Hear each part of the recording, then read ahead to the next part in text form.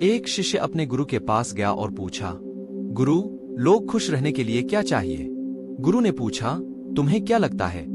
शिष्य ने थोड़ी देर के लिए सोचा और कहा, मुझे लगता है कि अगर किसी की मौलिक आवश्यकताएं पूरी हो रही हैं, जैसे कि भोजन और पीने की व्यवस्था, एक अच्छी नौकरी और सुरक्षा, तो वह खुश रहेगा।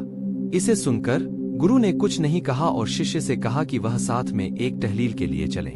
गुरु और शिष्य थोड़ी देर के लिए चलते रहे और फिर एक दरवाजे के पास रुके। गुरु ने कहा, इस दरवाजे को खोलो। शिष्य ने दरवाजा खोला और देखा कि सामने एक मुर्गा घर था। वहां कई मुर्गे थे, सभी बड़े पिंजरों में बंधे हुए थे। फिर गुरु ने अपने शिष्य से पूछा, क्या तुम इस मुर्गाघर को देखते हो?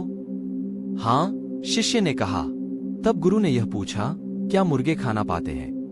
हाँ, शिष्य ने कहा। क्या उनके पास रहने के लिए एक घर है? फिर गुरु ने फिर से यह पूछा। हाँ, कुछ तरह से है, शिष्य ने कहा। क्या वे बिल्कुल कुत्तों या बिल्कुल सुरक्षित हैं? गुरु ने पूछा। हाँ है, शिष्य ने कहा। क्या उनके पास अंडे हैं? गुरु ने फिर से पूछा। हाँ, वे अंडे देते हैं, शिष्य ने जवाब दिया। क्या तुम्हें लगता है कि वे खुश हैं? गुरु ने फिर से पूछा। इस पर शिष्य ने मुर्गों को ध्यान से देखना शुरू किया। उसे यह पता नहीं था कि वे खुश हैं या नहीं। जब शिष्य सोच रहा था तो गुरु ने कहा, मेरे साथ चलो। दोनों फिर से चलने लगे और कुछ समय बाद एक बड़े क्षेत्र के पास रुके। वहां कई मुर्गे थे। उन्हें किसी बंदी में नहीं बंधा गया था और उन्हें कोई भी खिला रहा नहीं था। वे खुद अपने लिए खाना ढूंढ रहे थे और एक दूसरे के साथ खेल रहे थे। गुरु ने पूछा, क्या ये मुर्गे खुश दिखते हैं? शिष्य ने इस सवाल को कुछ अजीब महसूस किया और उसने सोचना शुरू किया। यहाँ का वातावरण थोड़ा अलग है।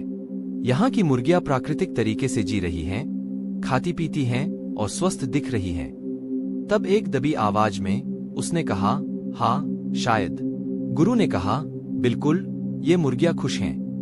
फिर गुरु ने जारी रखा, खुदाई में रहने वाली मुर्गियों के पास वे सभी चीजें हैं जिन्हें आपने खुश रहने के लिए आवश्यक समझा था।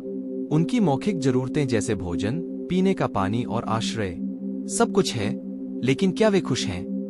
नहीं, वे नहीं हैं। जबकि खुले में घूमती हुई मुर्गियां अपना खाना खुद ढूंढना चाहिए, एक जगह ढूंढनी चाहिए, खुद को सुरक्षित रखना, लेकिन फिर भी वे खुश हैं। क्यों? शिष्य नहीं बोल सका। तब गुरु ने गंभीर आवाज में कहा, देखो मेरे बच्चे, हमारे जीवन में हमें सभी को एक चयन करना होता है। या तो हम संगीत की तरह एक बंधन में रह सकते हैं जहां हम मौजूद नहीं होंगे, या हम खेतों में उड़ने वाली मुर्गियों की तरह जी सकते हैं जो खतरों को लेकर और अनगिनत संभावनाओं का अन्वेषण करके एक स्वतंत्र जीवन जी सकती हैं। तुमने मुझसे पूछा कैसे खुश रहा जा सकता है, तो यहाँ है मेरा जवाब। तुम सिर्फ सांस लेने या जीवित रहने से खुश नहीं हो सकते।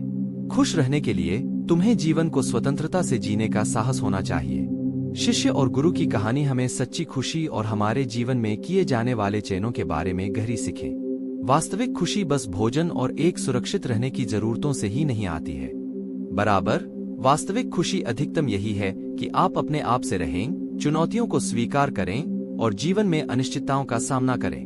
जैसा कि केगेड मुर्गियों की तरह, कुछ लोग एक अधिक सुरक्षित और पूर्वानुमानित पथ का चयन कर सकते हैं, जबकि दूसरों में वे हैं जो मुक्त क्षेत्र मुर्गियों की तरह हैं और जीवन का चयन करते हैं जिसमें अधिक जोखिम और अन्वेषण शामिल है। पिंजरे और मुक्त क्षेत्र मुर्गियों के बीच तुलना हमारे जीवन में हमारी खुद की चुनौतियों को दर्शाती है।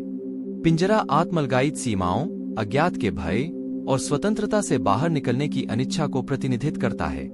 वही बात खेत में रहने वाली मुर्गियां उनको प्रतिनिधित्व करती हैं जो अपने सुख क्षेत्र से बाहर निकलती हैं, जीवन की अनिश्चितताओं को अपनाती हैं, जोखिम लेती हैं और अनगिनत संभावनाओं का अन्वेषण करती हैं। सारांश में यह हमें प्रेरित करता है कि क्या हम अपनी आत्मसीमा के अंदर केवल मौजूद हैं या साहस से चुनौतियों का सामना करके, हमारे वास्तविक स्वभाव को प्रतिबिंबित करने वाले चयन करके और एक मार्ग का पालन करके हम वास्तविक खुशी की ओर बढ़ रहे हैं।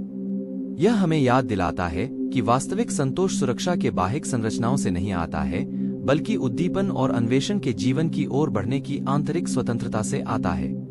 दोस्तों, अगर आपको वीडियो अच्छा लगा तो वीडियो को लाइक और चैनल को सब्सक्राइब करें। मिलते हैं एक और प्रेरणादायक कहानी के साथ। Thank you.